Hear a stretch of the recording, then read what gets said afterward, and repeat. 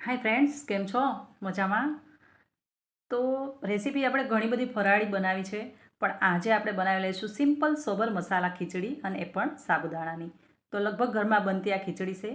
તો એ રીતે આપણે આજે એકદમ સિમ્પલ રીતે, એકદમ ઇઝી, ફટાફટ બની જાય એવી રેસીપી આપણે બનાવીશું સાબુદાણાની ખીચડી. તો ચાલો રેસીપી સ્ટાર્ટ કરી દઈએ. તો સાબુદાણા 1 કપ લીધેલા છે અને અગાઉથી 4 કલાક માટે પલાળીને રાખેલા છે. ત્યાર પછી આપણે એક પેનમાં 4 ચમચા અહીંયા તેલ ગરમ કરી દઈશું.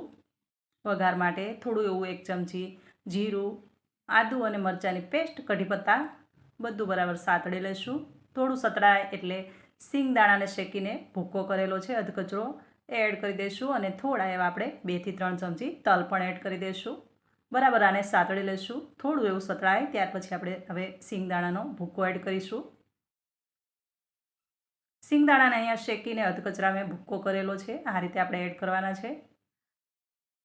મોસ્ટ ઓફ ઘરમાં સિંગદાણા એડ કરી અને સાબુદાણાની ખીચડી બનાવવામાં આવે છે, અને લગભગ ઘરમાં સાબુદાણાની ખીચડી બનતી જ હોય છે.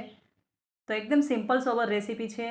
સ્વાદ પ્રમાણે નમક એડ કર્યું છે, સ્વાદ પ્રમાણે આપણે લીંબુનો રસ, મતલબ 1 કપ સાબુદાણા છે, 1 લીંબુનો રસ પણ એડ કરી દઈશું. થોડી એવી ખાંડ અને હળદર, મતલબ ખાટી મીઠી આપણે એકદમ થોડી સ્પાઇસી, થોડી ખાટી, થોડી મીઠી અને ટેસ્ટફુલ આ ખીચડી બનાવી લઈશું. તો હવે આને બધું બરાબર મિક્સ કરવાનું છે. બાટેટા છે જે કાચું જ લીધેલું છે, 1 નંગ બાટેટું આ રીતે એકદમ ચોરસ ચકોરમાં કટ કરેલું છે, નાના નાના ટુકડામાં કટ કરેલું છે. થોડીવાર આને ચેડવા દઈશું. ચડી જાય ત્યાર પછી આપણે સાબુદાણા એડ કરી દઈશું. અને જે સાબુદાણા છે એને મેં 4 કલાક માટે પલાળીને રાખ્યા હતા. 1 કપ સાબુદાણા લીધા હતા. આ બધું બરાબર શેકાઈ જાય ને, સતળાઈ જાય, થોડા બટેટા પણ એકદમ ચડી જાય એવું લાગે ત્યાર પછી આપણે સાબુદાણામાં એડ કરી દઈશું.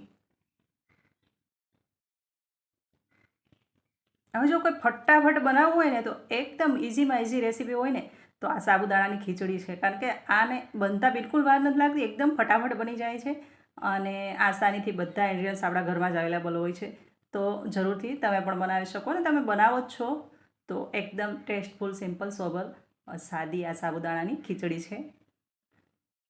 તો આ રીતે આપણે થોડું મિક્સ કરી લઈશું, અને આને આમ જ આપણે મિક્સ કરતા રહીશું જ્યાં સુધી સાબુદાણા થોડા કલર ચેન્જ થાય ત્યાં સુધી આપણે ચલાવતા રહેવાનું છે મીડિયમ ફ્લેમ પર.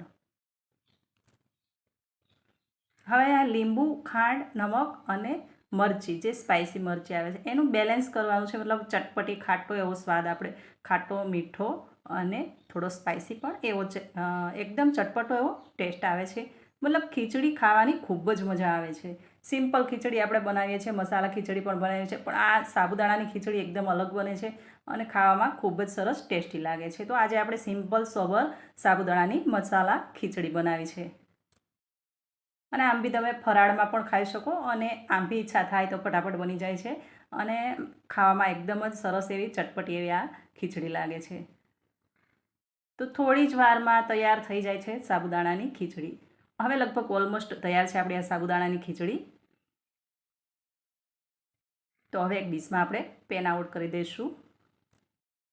એકદમ ગરમા ગરમ ટેસ્ટફુલ સાબુદાણાની ખીચડી તૈયાર છે. સિમ્પલ સોબર મસાલા ખીચડી. ઉપરથી આપણે એકદમ ફ્રેશ લીલા ધાણા એડ કરી દઈશું. કેવી લાગી ફ્રેન્ડ્સ આપણી આ સિમ્પલ રેસીપી? જો ગમી હોય તો શેર કરજો, અને ચેનલ પર નવા હોય તો ચેનલને સબસ્ક્રાઈબ કરી દેજો. પાછા મળીશું નવી રેસીપી સાથે. ત્યાં સુધી આવજો. Thank you for watching.